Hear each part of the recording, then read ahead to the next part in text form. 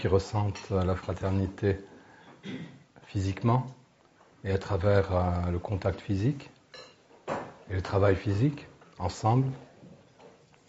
D'autres ressentent la fraternité émotionnellement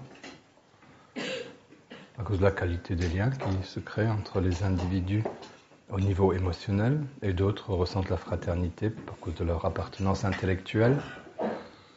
Donc il peut y avoir de nombreuses façons de ressentir ce que vous appelez la fraternité.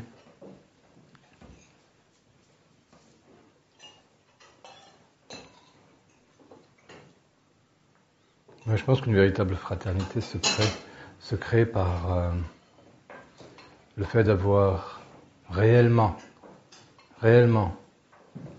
une intention commune, donc un but commun, pour lequel tout le monde travaille, plutôt chacun travaille, et sur le chemin vers la réalisation de cette œuvre, de ce but, chacun peut devenir réellement de plus en plus lui-même, et devenant plus lui-même, il accepte complètement les autres, eux-mêmes, c'est-à-dire comme ils sont. Devenant de plus en plus lui-même, il s'accepte de mieux en mieux lui-même, exactement comme il est et comme il évolue. Et il fait la même chose pour les autres. C'est-à-dire qu'il a un regard qui est soit un regard d'amour envers ce qui lui est supérieur, ou un regard de compassion vers ceux qui lui sont encore inférieurs.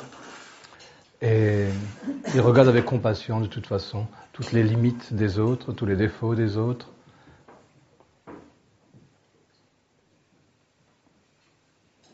Et regardant les autres de cette façon, il voit que tout ça existe en lui aussi, ou a existé en lui, ou peut encore exister en lui. Et ce regard-là est certainement celui de la fraternité. C'est-à-dire que l'autre est accepté où qu'il en soit, et quoi qu'il fasse.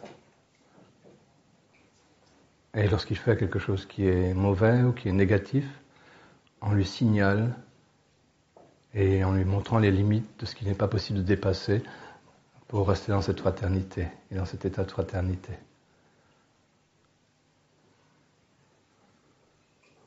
Mais c'est surtout l'état d'acceptation de l'autre qui donc suppose une connaissance suffisante de l'autre.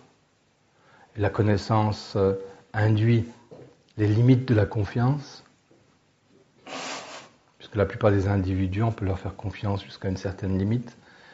Dès que trop de leur orgueil est touché, on ne peut plus leur faire confiance. D'autres, dès que trop de leur sexe est touché, on ne peut plus leur faire confiance. D'autres, trop de leur vanité étant touchée, on ne peut plus leur faire confiance.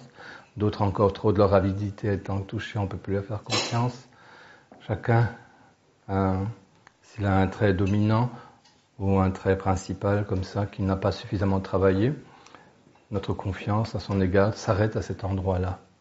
Sauf quelques-uns qui, malgré leur trait négatif du caractère très fort, sont capables de se sublimer et parce que le lien de fraternité est tellement grand, ils sont capables de sublimer tous leurs défauts et toutes leurs limites pour cette fraternité.